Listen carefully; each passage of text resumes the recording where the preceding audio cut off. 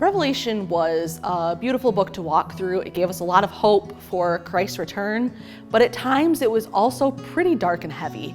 And as we came to the planning of this Philippians series, I think we were all pretty tired.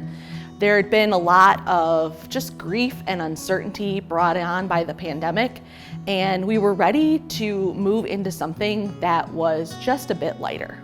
The planning process for our series in Philippians began with Pastor Tom providing us with his outline from his study and some different things that he was hoping to see in this series that he was taking charge of for this summer. We took some of our staff members and put together a small team, and we had several meetings where we discussed lots of different ideas, from stage design to benedictions to graphic design to song selection and other elements that we can include in our services that really help show and exemplify the joy that we're talking about throughout this summer and throughout this book together.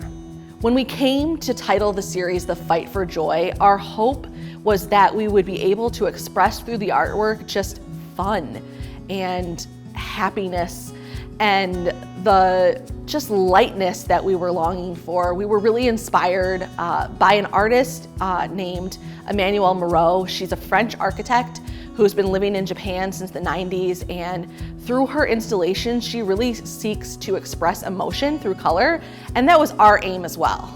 And so when we started thinking about what could this look like, you think of color and you think of light and you think of brightness, because with Jesus, it doesn't matter how dark it is, there is always light because He is our joy.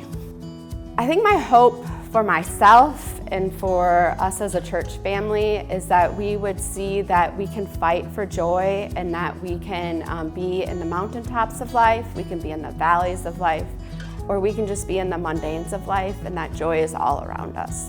What I hope we all get out of studying the book of Philippians is just the idea that Paul is not writing to an individual, but he's writing to a body of believers. He's writing to a church.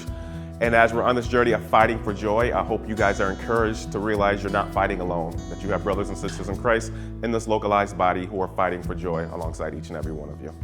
I hope that people after this series realize that it's worth it to keep following Jesus, even if they look around and their circumstances tell them differently, or it's hard, or it feels like they're climbing uphill, that it's always, always, always worth it.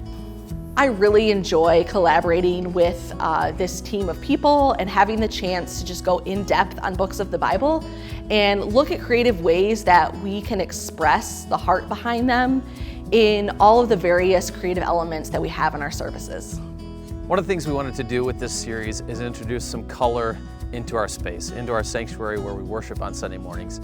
And we talked about a lot of different ideas and ways that we could do that on our planning team. And we thought of confetti, streamers, balloons, all sorts of things, just ways that we can have pops of color. And what speaks more to joy than confetti and bright colors?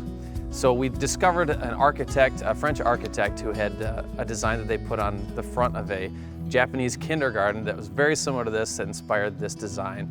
And they're just very colorful trees. So they show life, they bring color to our stage.